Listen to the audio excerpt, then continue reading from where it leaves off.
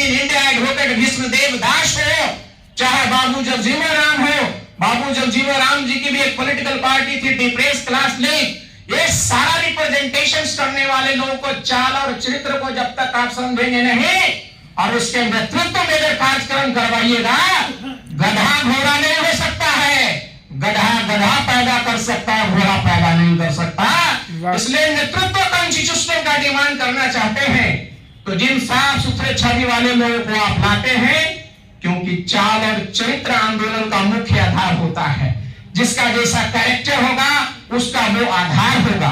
हम ये बात इसलिए बता रहे हैं कि दलित छात्र यहाँ नहीं है, यहाँ दलितों के जो प्रबुद्ध व्यक्ति आए हुए हैं यही काम करते हैं, और यहाँ वो भी आए हुए हैं जो दलितों की राजनीति को और विद्वता को दूसरे रूप में डाइवर्ट करते हैं, वो भी आए हुए हैं।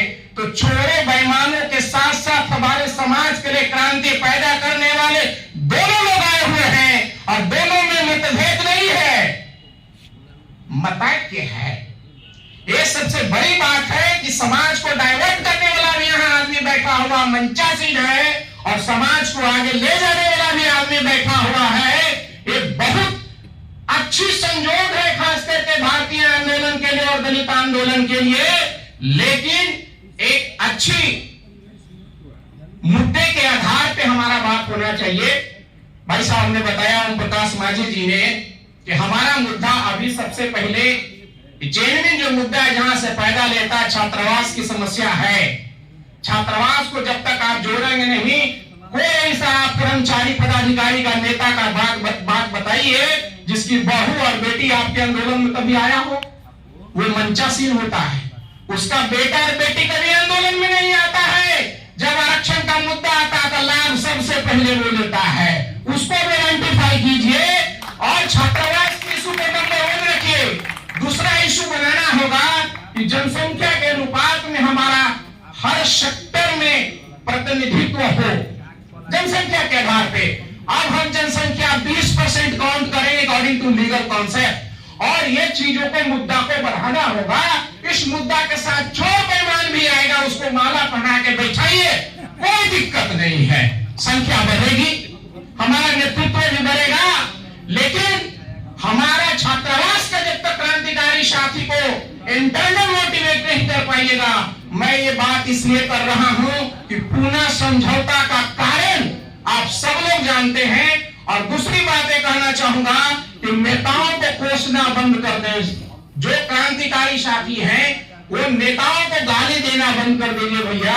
वो इसलिए कि उसकी पैदाइश नसबंदी करके कर दी जाती है, तो भैया उससे बच्चा कैसे पैदा लेगा? बॉडी से बाहर ही नहीं है, उसको गाली क्यों देते हो? पूना पैक्ट का असर है। अगर कोई दलित नेता आपके बीच में अगर कुछ बोल रहा है तो समझिए कि ऊपरी उसकी अपनी एनर्जी है, आपकी संवैधानिक व्यवस्था से एनर्जी नहीं जा रही है। इसलिए कि बार बार हमारे लड़के बोलते हैं कि भैया हमारा नेता नहीं बोलता है। भैया राजनीति समाज की दासी है, राजनीति समाज की दासी है, समाज राजनीति की दासी नहीं है। इसलिए जो समाज का स्ट्रक्चर होगा, राजनेता उस तरह से कदम बढ़ाएगा। पूरा समाज अगर आप पूरा खड़ा हो जाएगा जिस मुद्दे पे, नेता आ जाएगा। नेता को सुविधा मिला है वो क्यों आएगा? इन मुद्दों को आधार बनाकर, दलित छात्रों को मुद्दा को बनाकर रेप हो रहा है, मर्डर हो रहा है, अगर आप ये मुद्दा बनाते रहिएगा कुछ नहीं होगा। उसका मूल कारण क्या है? चंदन ने कहा कि आप राजनेताओं को, एक बार दलित छात्र मोर्चा बनी थी, एक मिनट अंकुर कर रहे भैया, क्यों बोल रहे हैं आप? अरे मुद्दे पे गाला बुलाए थे। बोलिए भैया, अरे संविधान और लोकतंत्र पर बोलना है ना, इतिहास बोलना है।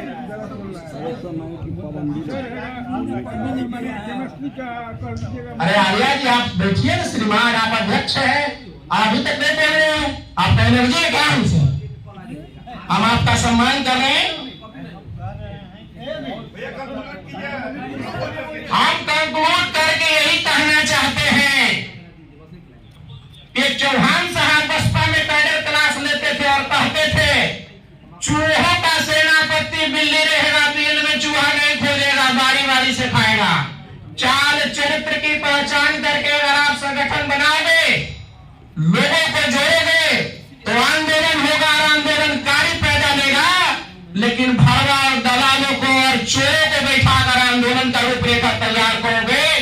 चोर और भयला पैदा लेगा।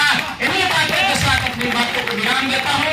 जय भीम, नमो बुद्धाय। और खास करके बहुत बधाई हमारे यहाँ खास करके मित्र आ जाइए भैया, गधे तो मिल रहे, ये हमारे खास मित्र हैं, लेकिन जब से विधायक बने तब से हमारी मुलाकात नहीं है।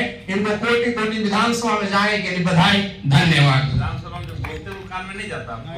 अरे भैया बोलिए ना, बोलते वो कान में